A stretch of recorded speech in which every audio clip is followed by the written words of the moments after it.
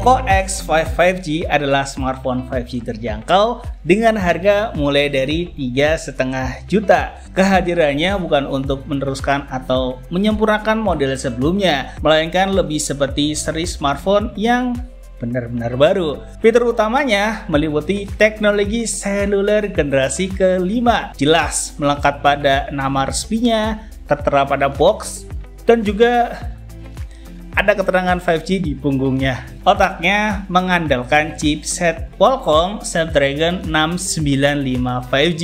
Bersama Lukman, hybrid.co.id, berikut adalah review Poco X5 5G selengkapnya.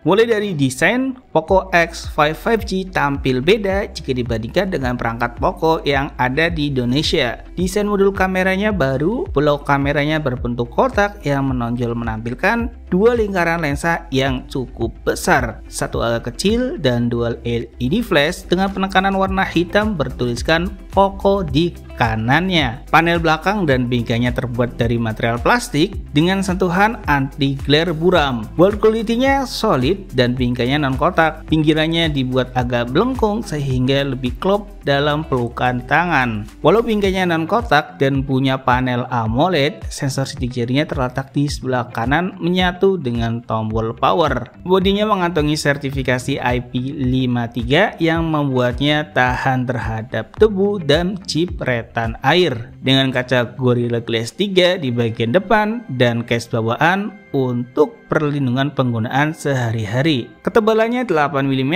dan beratnya 189 gram. Tidak terlalu berat dan terasa cukup ramping saat digunakan, padahal layarnya lapang 6,67 inci. Ngomongin layar, Poco X5 5G mengemas panel AMOLED yang cerah hingga 1200 nits dengan refresh rate tinggi 120 Hz. Terbuka seluas 6,67 inci Full HD Plus yang terasa lega untuk menangani bermacam-macam aktivitas. Soal multimedia, sudah punya sertifikasi Wideband L1 untuk menonton film dalam resolusi tinggi. Sayangnya, layarnya belum mendukung HDR dan hanya dibekali speaker mono. Bila bahas kamera, Poco X5 5G dapat memotret hingga resolusi 48 megapiksel atau 12 megapiksel dengan 4 sel binning. Kamera utamanya memakai sensor gambar OmniVision OV48B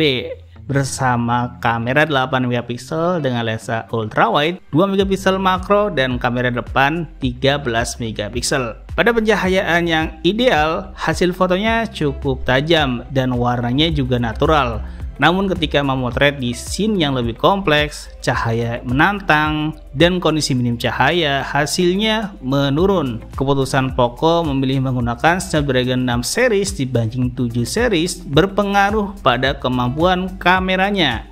Dalam hal ini, triple ISP di Poco X5 5G membuat pemrosesan gambarnya kurang begitu kuat. Sangat terasa di kondisi minim cahaya. Sistem kameranya kepayahan dalam menghadapi noise dan menetapkan pencahayaan yang lebih terang. Perekaman videonya pun hanya mendukung resolusi 1080p pada 30 fps, sehingga kurang begitu cocok untuk digunakan sebagai alat produksi konten video. Lanjut ke performa. Poco X5 5G ditenagai Snapdragon 695 5G. SoC ini dibuat pada proses fabrikasi 6 nanometer dengan CPU octa-core. Kabar baiknya, dua inti besarnya menggunakan Kryo 660 Gold yang berbasis Cortex A78 dengan kecepatan clock hingga 2,2 GHz yang terbilang cepat di kelas menengah. Sebagai gambaran, di Geekbench 6 mencetak nilai 758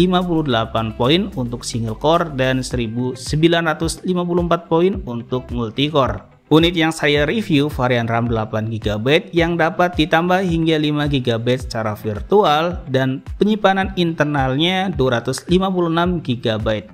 Sistem operasi yang dijalankan MIUI 13 for Poco berbasis Android 12 yang dipenuhi banyak bloatware. Secara keseluruhan, pengalaman penggunanya terbilang lancar. Hal yang mengganggu saya adalah ketidakhadiran fitur split screen, yang mana membuat kita tidak bisa melakukan multitasking dengan membuka 2 atau 3 aplikasi secara bersamaan. Kapasitas baterainya 5000 mAh dan didukung 33 watt fast charging yang dapat mengisi penuh dalam 68 menit. Tenang, adaptor chargernya tersedia dalam paket penjualan. Untuk gaming, saya mengujinya dengan Mobile Legends yang sudah mendukung kualitas grafis ultra dan framerate dapat di-high. Dalam 3 match pakai hero terbaru, Arlott, gameplaynya mampu berjalan lancar dengan stabil sampai akhir permainan. Baik, saatnya tarik kesimpulan.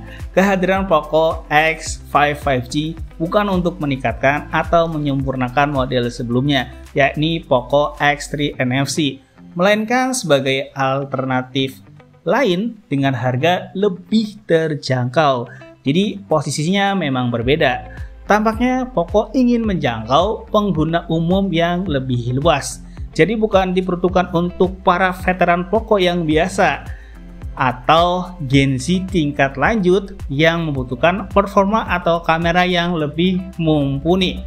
Bukan itu. Kali ini saya kurang merasakan semangat Poco yang biasanya membawakan pengalaman yang ekstrim, karena yang disuguhkan oleh Poco X5 5G adalah menu paket hemat lengkap, mulai dari konektivitas 5G, layar AMOLED cerah dengan refresh rate tinggi, performanya lancar, dan baterai besar dengan pengisian daya cepat. Poco X5 5G tetaplah smartphone 5G dari Poco yang tentu saja menarik, terutama jika mempertimbangkan spesifikasi dan harganya yang mulai dari 3,5 juta. Sekian untuk review Poco X5 5G.